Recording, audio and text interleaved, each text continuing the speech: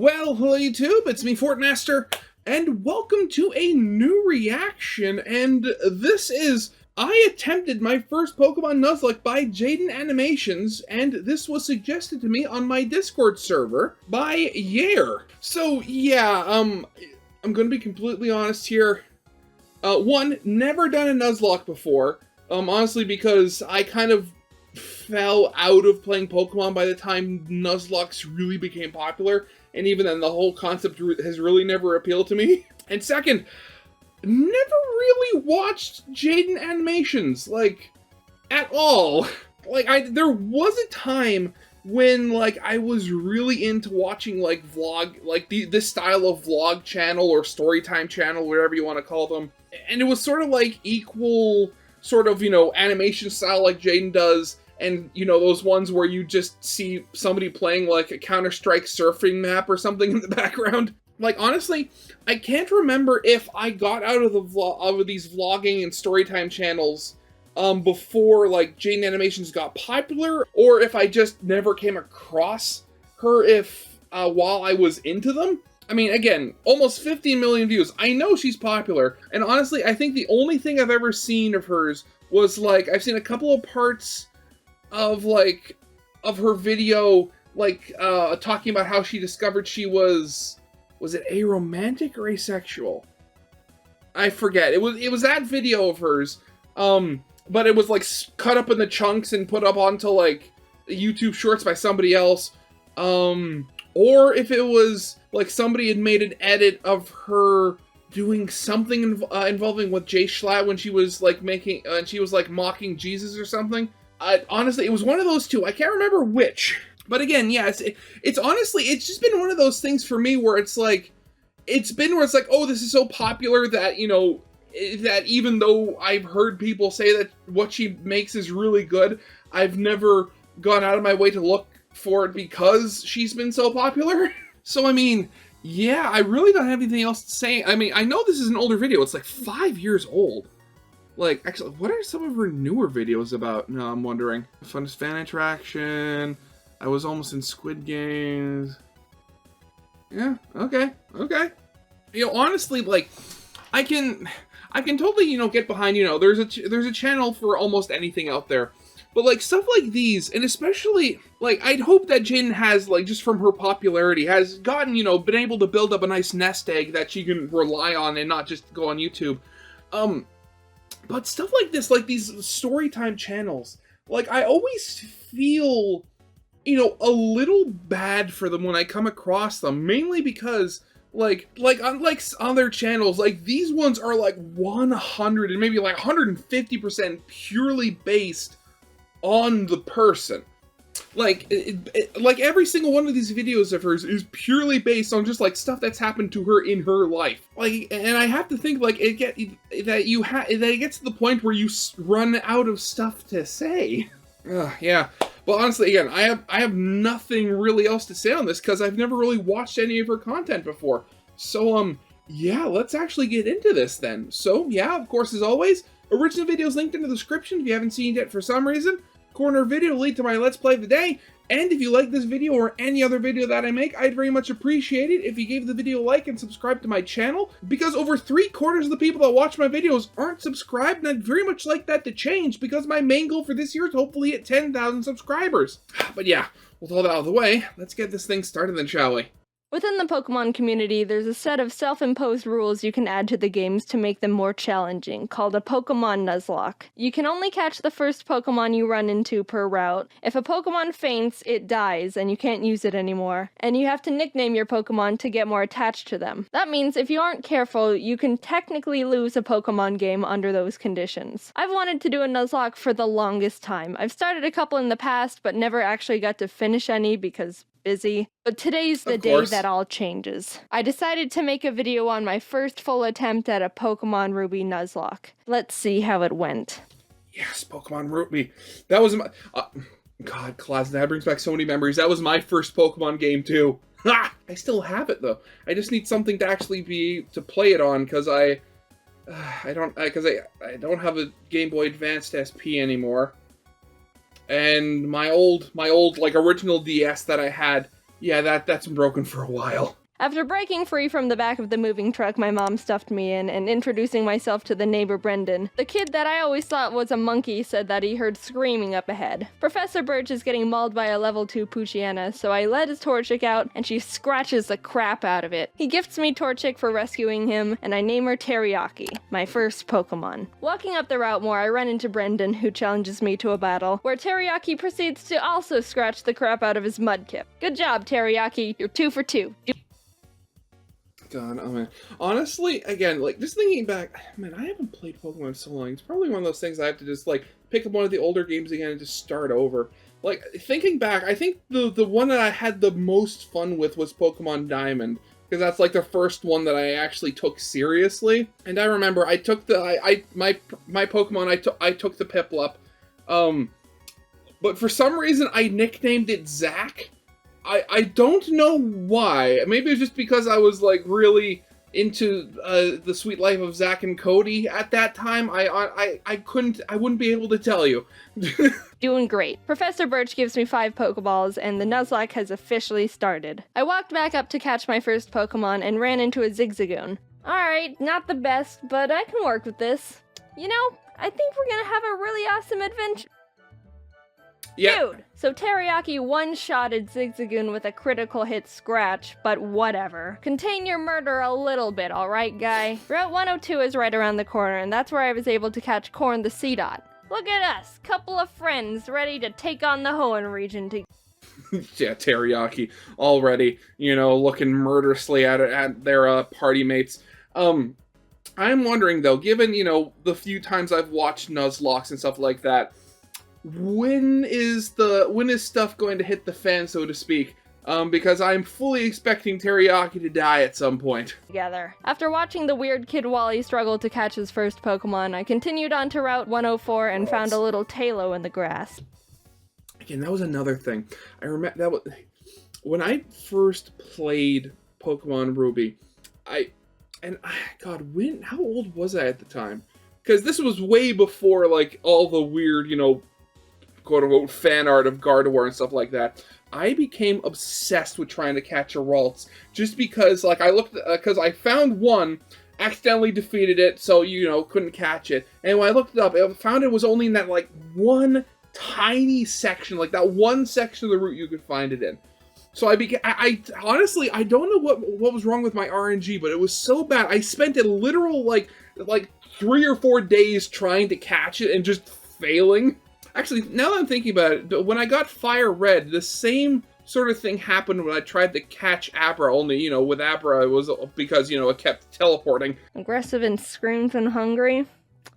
Oh yeah, I know your name. In Petalburg Forest, a Team Magma grunt jumps some random professor, so Ari and Teriyaki peck his eyes out. Oh, hello, Shroomish. I'm gonna name you Onion. I make it to Rustboro, and while getting ready to take on Roxanne's gym, Teriyaki kills another Zigzagoon I was about to catch. What's your problem with Zigzagoons, dude? But it turned out alright, because she also ended up evolving. Onion was able to destroy Roxanne with ease, and we got our first gym badge. Exiting the gym, we catch a glance that Team Magma is up to no good again. Something about the scorching earth or something. And this old man exclaims that they stole his Pico. Here's your dog.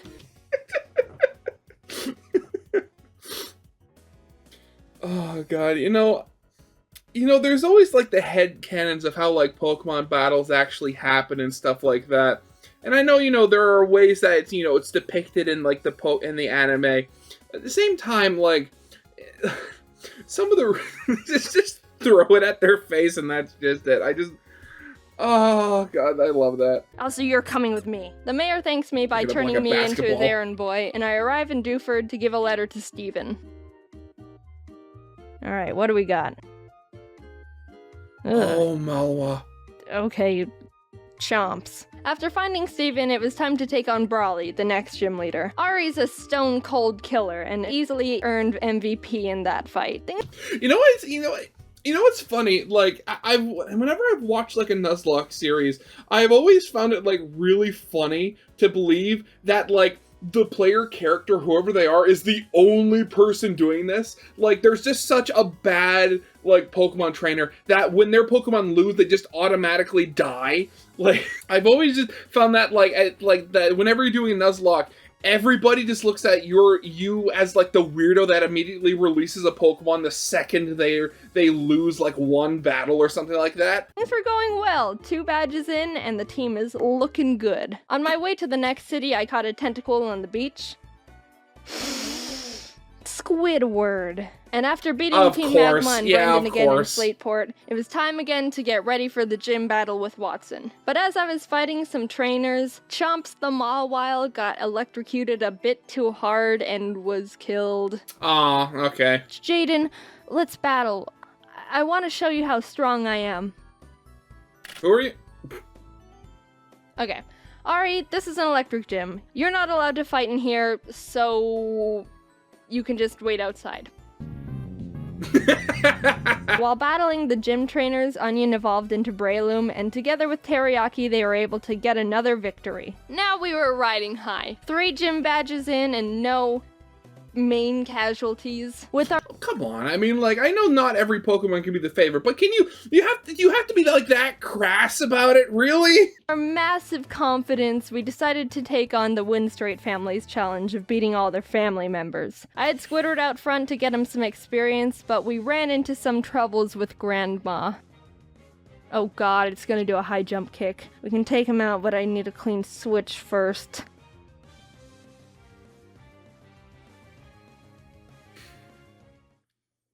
So I had to sacrifice Hushchild the Whismur, but honestly that was the safest move to ensure no one else died. Goodbye, Hushchild. You might be missed. While we were heading to Fall Arbor, fighting some trainers, Ari evolved. Oh God, Nummels. Yeah. Honestly, again, thinking back to Ruby, Nummels were probably one of my favorite Pokemon. Not for any, like, particular battle or stat reason. I just loved how cute they looked. Like, again, little volcano camels. Just absolutely adorable. Oh, look at my big bird. Oh, look at you. Yeah. We were almost to town, but we had to get through the sooty grass on 113. Oh, jeez. Alright, Barf. Spindle, yeah. With the rest of them. I walked into Meteor Falls to see Team Aqua and Team Magma arguing about water and rocks. Can I go? So get it with your Zubat. They kept complaining and I had to go up the volcano they were blocking to fight Maxie, the Team Magma leader. That was a hard fight. Onion and Teriyaki were able to take out his Mightyena and Camerupt, but his Golbat hit hard. I ended up having to switch in Ari and double team up to win the battle. Not the most honorable of strategies, but it worked and we're moving on. You coward. Only a true legend knows that the only way to actually win Pokemon is to have nothing but offensive moves that do damage. That is the one and only way to win Pokemon. On the way down the volcano, I ran into a Machop. Oh, hello there, Chad. What? You're a female? Did I stutter? We arrived in Level Ridge Town and... Yeah, come on, if you were going to call it Chad if it was male, you couldn't have switched it up and called her, like, Stacy? If, since she was female, I mean... started getting through Flannery's gym. During that time, Squidward was almost killed by a Fury swiping Kecleon. Fury swipes. Oh God, my gosh, that does a lot of damage. Stop! But when it came time to battle, he pulled his weight and more. Honestly, with the team, there wasn't much I could have done to Flannery's fire Pokemon, but Squidward came in clutch by learning Bubble Beam, and it was all over for her. Badge 4? Under our belt. Brendan met up with us outside the gym to give us goggles so we could walk in the sandstorms. I found a claw fossil, and Anorith was born. I didn't know what to name it, so my friend named him Gary. Now it was time for the 5th gym. I mean, After some training... Again, same level of logic that I did when I named my Piplup Zach. Chad evolved into Machoke, and the team was leveled up. I started the battle with Ari, and after realizing I was in trouble... yeah, that doesn't do a lot of damage. Honestly, thinking back, I remember my biggest thing was I always ground. I always did a lot of grinding, so I was always like at least 3 or 4 like levels ahead of every like gym leader I ever went up against. Granted, that did make capturing new Pokemon more difficult for myself. So I always like kept one under-leveled Pokemon just so comparatively underleveled, just so I'd have an easier time of like catching new Pokemon. But again, like that was like I hated being like at this like at near parity with my enemies. Like I always wanted to be like more stronger just because I like having an easy time of things. Like thinking of it, like I think before I did like the Elite Four and stuff like that, I was able to get Zach all the way up to level 100. Like, and it was no simple feat, especially near the end there. But man, that was fun. I managed to squeak by with more double teams. Ari was barely able to take out the first slacking, so when the second, stronger one came out, I knew I had to use a different strategy. I brought out Onion to leech seed it and try and get more chip damage in, which worked, but he was also killed by Slacking's Facade, which I thought he could take. Chad was able to finish off the rest of the fight, but that was the first death that actually hurt. I'm not crying. Someone's just chopping onions in here. Oh, but come with every on! down, there's an up. And Corn stepped up and was ready to fill Onion's spot. While passing through Mauville again, Watson asked us to help him turn off the city's generator, and while down there I found a Magnemite. There you go, your first electric type thing. Wait, no, that's also steel type, right? Man, it's been a while. I think it would make sense, right? Yeah, electric and steel. Yeah, again, that makes sense. Please excuse my my lack of knowledge. It's been a long time since I've, actually, thought about, Pokemon gameplay mechanics. You wanna come with? Okay. We kept on our way, catching Spurky the Electrike, and while fighting some trainers, Corn survived 2 very close calls. He took a Swords Dance boosted Fury Cutter by Ninjask, and a misclick from me which resulted in him tanking a wing attack from a Tailo. No, Corn, no! Oh. Dude, Corn, I'm so sorry. You're such a trooper. Good news is Squidward evolved while training, so that's neat. We arrived in Fortune City, and this was a gym I was really nervous about. Not only did we not have a good team to take on a flying-type gym, but Winona's Altaria is notorious for sweeping teams if she sets up too many dragon dances. I went to the grass to train up the team, and the worst happened. Corn was killed by pin missile from a Zigzagoon. Wait, no. Stop, Corn! I've said it at the beginning of this.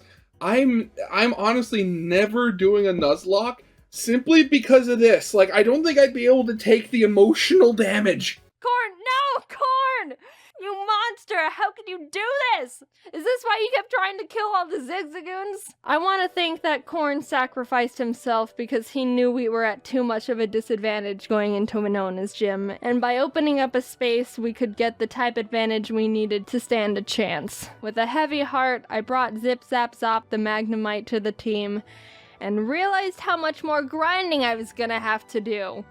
Okay, wait a second. So, again, as I said, never done a Nuzlocke, so I'm not familiar with, the rules. But is switching your Pokemon out with ones in the box not allowed? I mean, I would have thought, that would be something okay to do, since, they're your Pokemon that you caught already. I didn't think you were supposed to be stuck with whichever ones were just in your party at that time. That just seems like a major handicap. I had to fight so many Merrills to get Zip Zap Zop on par with the rest of the team. You want to know how many? The move Thunderbolt can be used 15 times before it runs out, and I had to go back to the Pokemon Center almost 6 separate times to refill it, meaning Zip Zap Zop killed more than 80 Marill that were living in that lake. Winona led with Swallow, which Zip Zap Zop was able to take out. But she immediately brought out Altaria, which made me very scared because I know she's got Earthquake on that thing. I didn't have a clean switch, and I knew no one on the team could take 2 hits from this Cloud Bird, so I ultimately decided that I'd have to have Zip Zap Zop paralyze it in exchange for his death. Goodbye, Zip Zap Zop. You weren't here for long, but your efforts will not be in vain. Hey! Oh my god! Somehow Zip Zap Zop lived the earthquake on 2 HP like a mad lad. Corn must have been looking down on us for that one, because there was definitely a 90% chance Zip Zap Zop was supposed to die there. With that string of luck, I was able to switch Ari in for Zip Zap Zop to predict another earthquake, and started chipping away at the Altaria, which was not gonna be easy. No. She was already starting to stack up those dragon dances, which make her moves even more powerful. Man, okay, so now with that image in my head, now I want to see more traditionally dragon-like Pokemon do that same dance. Just sitting there, like, bouncing. Like, that's just all Dragon Dance is now. And I was legitimately sweating. But with what little luck we had left, Winona got greedy and tried to get in that last Dragon Dance, and that's when Ari was able to swoop in and snipe that kill. See, this is exactly the reason why you only have offensive damage-dealing moves on your Pokemon. Otherwise, you're just wasting turns and letting your Pokemon take damage. If that Altaria would have decided to attack at any point, she would have one-shotted anyone and everyone on my team. Thank you, Corn. You shined your photosynthesis onto us. From there, I was able to heal up Zip Zap Zop and sweep the rest of her team. The 6th gym badge was ours. Wonderful. Outside the Safari Zone, I found a Duskull I was able to catch. I tried to have Gary on the team since resurrecting him from the dirt, but he honestly has, like, no moves that do damage, so I decided to replace him with Sin. We arrived in Lily Cove and I tried fishing on the beach for a Pokemon, but Chad punched the Whalmer I reeled up too hard and killed it. We stormed Team Magma's base, and while trying to get the Master Ball they've got on the ground, an Electrode exploded and almost killed Chad, which was uncalled for. As you do. After beating their admin, they escaped into a submarine, and I went on to fight the next gym. Tate and Liza were the first double battle gym leaders, and I didn't realize until too late that I was just a tad underleveled for them. They don't have any more than 2 Pokemon, so I think we should be okay. 42?! This is why you always grind. You always grind! To not grind is to fail in an RPG. Uh-oh. Sin and Zip Zap Zop made a good duo, being able to confuse and paralyze them, but Solrock managed to get off a Sunny Day powered flamethrower in Zip Zap Zop's face, which totally killed him. That really sucked. He put in so much work for the team and really carried us this far. The rest of this fight's for you, Zip Zap Zop. Honestly, I don't like the animations of seeing her Pokemon literally dying and melting and being disfigured and stuff like that. This is horrible. Squidward came out, and together with Sin, were able to finish off the duo, getting us our 7th gym badge. Alright, Spurky, you're up. I think I single-handedly wiped out the entire water Pokemon population between... Yeah, and you need to level up your other ones too as well. Zip Zap Zop and Spurky. I went to Shoal Cave and caught Blubby the Spheal, and went out to take on Maxie one last time. For some reason, I didn't learn my lesson when being underleveled for Tate and Liza, because I was even more underleveled for Maxie. My Deanna. It doesn't go down? This fight...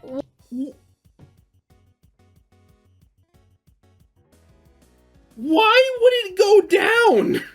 I'm not even going to try to get into Jaden's thought process there. Why would the game then start getting easier again? Why would you think that? Was rough. Chad was able to take out his Mightyena, but I resorted to Squidward when his Crobat came out, and luck wasn't on my side here, because Squidward was killed by a high roll wing attack. The way Pokemon works is there's a small range of damage an attack can do. It's not actually the same all the time, and it's kinda based on chance. So even though it looked like Squidward could have lived 2 wing attacks, Maxie was able to get a low roll on the first one, and a high roll on the second, which was the death of Squidward. Yeah. But it wasn't time to give up. We had to persevere.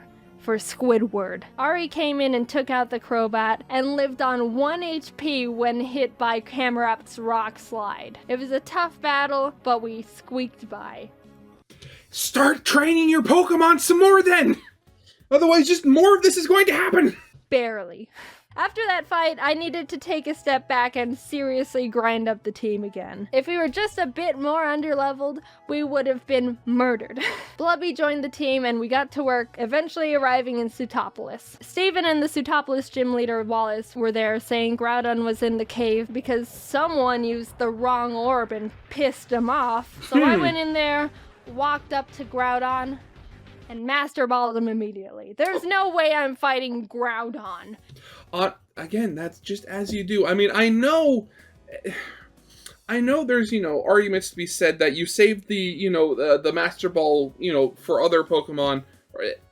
But honestly, like, I'm taking that 100% chance. Like, I remember back in the day, I had an action replay. I gave myself a whole bunch of Master Balls on one playthrough. I mean, it just makes things so much easier. Now get in the box! While fighting Wallace, Spurky was able to take out his Luvdisc and Celio. Sin beat his Whiscash, and Chad finished off the Milotic.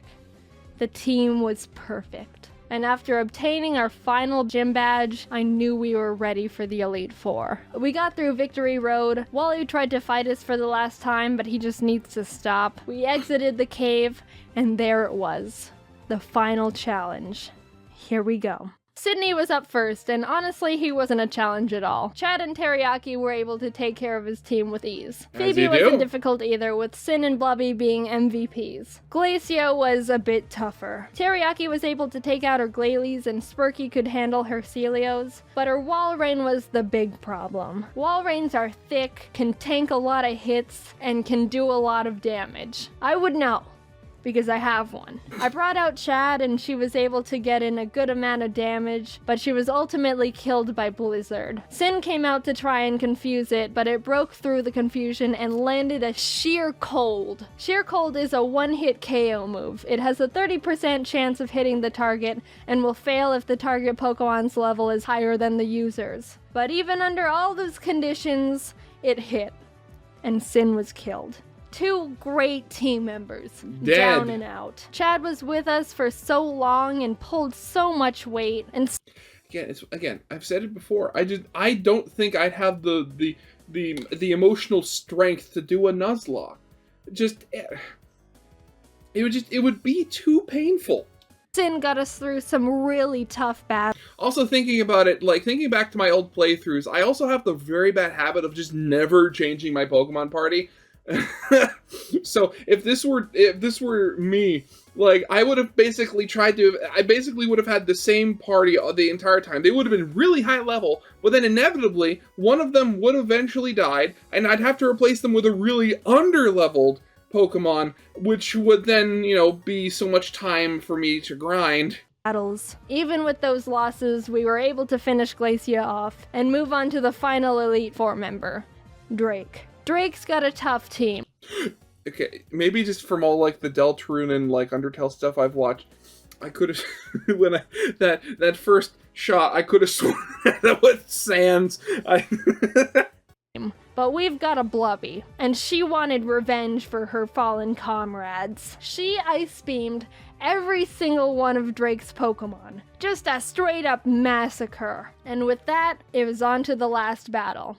Steven Stone. I was legitimately nervous. I led with Spurky to take out his Skarmory as quick as possible, and Blubby was able to take out his Claydol and Aggron, but then came his Metagross. This might be the end. Metagross is Steven's strongest Pokemon, so I needed to hinder it as much as I could before it started doing serious damage. I knew his Metagross had Earthquake, which would definitely take out most of my team, so I had to have Spurky Kamikaze to get a paralysis off. God, you know what this reminds me of? I remember, not directly related to Pokemon, but I remember back in the day, and I like thinking about it, nowadays you'd probably be able to just do it with like an emulator or something like that, but I remember back in the days, like I remember watching a playthrough somebody did of, which Pokemon Mystery Dungeon it was? I forget which one, but, wait, no. I remember who it was now. It was Super Skarmory. That was the guy's name. And I watched his playthrough. He did a playthrough for like all of the Pokemon Mystery Dungeons up at that point. And I remember how he recorded was literally just like the first one. I think it was like Red Team or something. I forgot what the name was. But again, just camera pointed at the DS, and that was just how you played it. Because, oh god, that brings back so many memories. I wonder, there has to be a way to actually record, actually something off of the original cartridge.